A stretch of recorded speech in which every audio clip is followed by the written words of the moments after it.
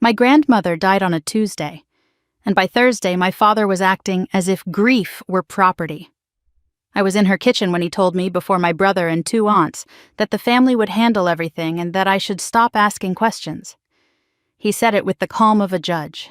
I said nothing, only looked at the empty chair where she used to sit and folded my hands so they would not shake. 2 weeks later, on Thanksgiving, he made his real move. The house was full by noon, all shoes, perfume, and forced laughter. My father, Martin Vale, held court at the head of the table, carving the turkey like he was slicing through a verdict. My mother kept busy in the kitchen. My brother Evan wore the smile he saved for clients and cameras. I was assigned the side table near the radiator, as if I were a child who had earned a lesser seat.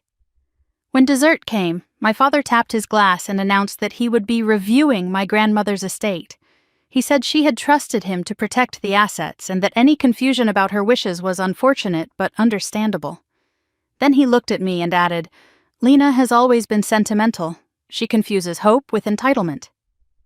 A few people laughed. My face burned, but I stayed still. He went on. He said I had no business chasing money meant for adults who know how to manage it. He said my brother would oversee the family trust because Evan was the responsible one. Then, with a thin smile, he told me I was grounded. The room laughed again, enough to make it cruel. I looked straight at him and said, "All right." That night, I packed a bag in the dark and slept at a motel off the interstate. In the morning, I found the letter my grandmother had left for me inside an old recipe box I'd taken from her house months before. Her handwriting filled 2 pages.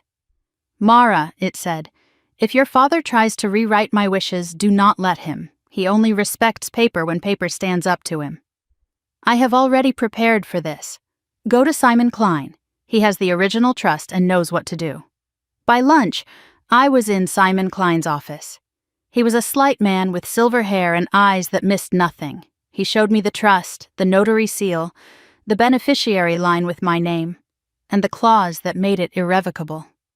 My grandmother left me the house, savings, and lake cottage she loved most. She had left instructions for if my father tried to interfere. He had. There were emails, drafts, and a court filing my brother had helped prepare, claiming I was unstable and unfit. Simon printed everything, and I carried the pages home like evidence. My father called that evening. I let it ring. On the second day after Thanksgiving, he told the family to gather in the living room for an announcement. I came downstairs with Simon beside me and a folder under my arm. 30 faces turned toward me when I stepped in. My father stood by the fireplace, expecting obedience, maybe tears. Instead, Simon opened the folder and read the trust aloud. My brother's face changed first, then my father's. The room went quiet in the exact way a storm does before the tree falls. Simon explained that my grandmother had been fully competent. He showed the court filing, he showed the emails, he showed the bank record proving the trust was untouched. Then he said calmly that my father had no legal right to alter anything. My mother started crying. My Aunt Margaret whispered, "Oh, Martin." My brother looked at the floor. My father kept trying to interrupt, but there was no force left in his voice. Then Simon produced one final page. The deed to the family house. It had never belonged to my father at all. It had always been in my grandmother's name, and now it was mine. My father stared as if the floor had opened beneath him. For the first time in my life, he had no command, no joke, no threat that could save him. I told him I was done being quiet. I told him my grandmother had seen me clearly and protected me better than any man in that room ever had. I learned doors are only guarded, not locked. Then I walked out.